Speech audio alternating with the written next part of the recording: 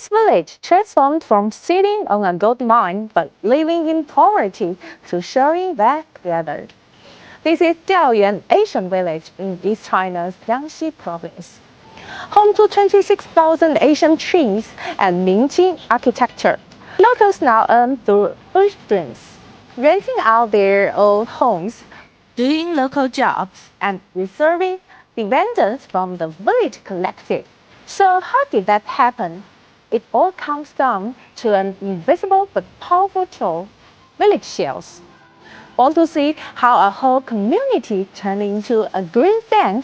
Let's meet a villager and hear how it works.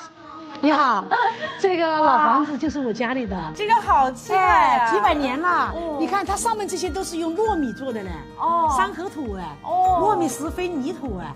其实这个房子啊，我们以前很担心了，因为它发生了巨大的霉变、漏雨、发霉了。所以呢，我们也修不起啊，就容易倒掉了。是。现在好啦，现在我们引进了运营公司进来之后啊，我们呢就不用去操心这个事情了。他还给我们租金呢。就把咱们的这个老宅都租给了对，全部租给了运营公司了。这是您的第一笔收入。对，是的。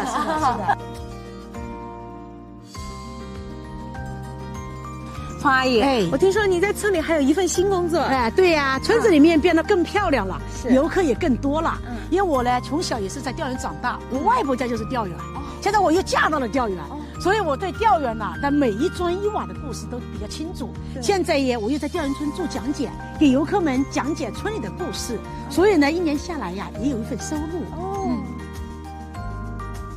租金加工资，这日子已经挺红火的了。但听说你还有第三份收入。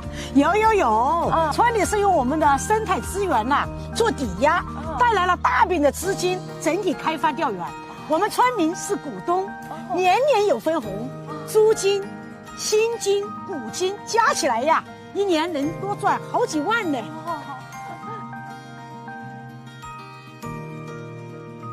从为老宅发愁到现在坐着收3份钱，这个变化太大了。对。黄阿姨，您觉得这个变化最大的原因是什么？